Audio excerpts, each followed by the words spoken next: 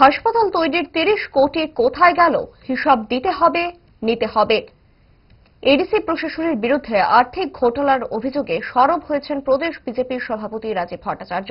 আজ লামপ্রাই বাজারে জনসভায় ঘোটালা নিয়ে মাথাকে নিশানা করেছেন রাজীব ভট্টাচার্য। কি বলেছেন প্রদেশ বিজেপির সভাপতি, দেখুন।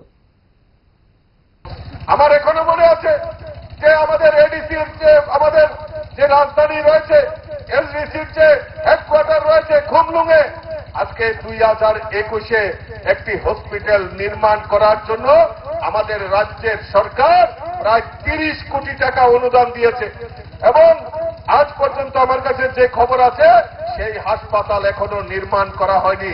তাহলে এই টাকা কোথায় গেল? তার হিসাব কে দেবে? তার হিসাব আমাদেরকে নিতে হবে বন্ধুগণ। আজকে জনজাতি এলাকায়, এডিসি এলাকায় আজকে অনেকে প্রশ্ন করে থাকেন যে ট্রাই পার্টি এগ্রিমেন্ট, আর এই এগ্রিমেন্ট তো হয়েছে কাদের জন্য? আমাদের জনজাতি এলাকার উন্নয়নের জন্য, জনজাতিদের ডেভেলপমেন্টের জন্য। আর আপনার ট্রাই পার্টি এগ্রিমেন্ট, আমিও বিশ্বাস করি জনজাতি উন্নয়নের জন্য এই ট্রাই পার্টি এগ্রিমেন্ট বাস্তবায়ন হওয়া দরকার। কিন্তু বাস্তবায়ন কিভাবে হবে?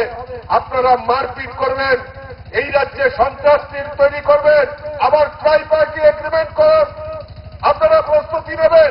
দুই রকম আলোচনা হতে পারে না।